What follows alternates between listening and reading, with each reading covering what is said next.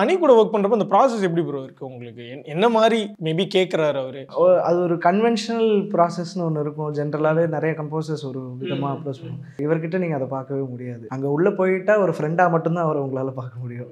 நமக்கு அவரோட டேலண்ட் மேலே எவ்வளோ ரெஸ்பெக்ட் இருந்தாலுமே அவரை பார்த்த அடுத்த செகண்ட் நீங்கள் கம்ஃபர்டபுள் ஆறீங்களா இல்லையான்றது தான் அவர் ஃபஸ்ட்டு என்ஷூர் பண்ணுவார். போன உடனே very hospital person, bro you had something, you want have something, come அப்படின்னு சொல்லிட்டு பேர் கேட்டுட்டு நெக்ஸ்ட் டைம் நீங்கள் பார்த்தீங்கன்னா டெஃபினட்டாக உங்கள் பேர் ஞாபகம் வச்சிருப்பாரு டெஃபினட்டாக. ஸோ அதெல்லாமே ஒரு நம்ம பார்த்து இன்ஸ்பயர் ஆன ஒரு ஆர்டிஸ்ட் அப்படி நம்மளை ட்ரீட் பண்ணும்போது நம்மளால அது என்ன சொல்கிறது, அந்த விஷயம் ரொம்ப கம்ஃபர்டபுளாக வச்சுப்பாரு. ஸோ அதனால் ரெக்கார்டிங்குமே அதே மாதிரி தான் இருக்கும். எங்கேயுமே நீங்கள் அவர் கோவப்படுறதோ எதையுமே பண்ண. நிறைய கம்போசர்ஸ் இந்த மாதிரி தான் இப்போ கரண்ட்டில் நிறைய கம்போசர்ஸ் ரொம்ப சில்லாக இது பண்ணுறாங்க. பட் அதில் அனி ப்ரோ இன்னுமே ரொம்ப சில். ஸோ ஒரு ரீடேக் போகிறோம் இது பண்ணுறோன்னா அது மேக்ஸிமம் ஒரு 1 or 2 டேக்ஸ் தான் போகும். ஏன்னா அத்தனை தடவை நம்ம ரிப்பீட்டில் கேட்டிருப்போம். அண்ட் அவர் சொல்கிற விதமும் அவ்வளோ ஃப்ரெண்ட்லியாக இருக்கும். அந்த விதத்தில் ரொம்ப சில்.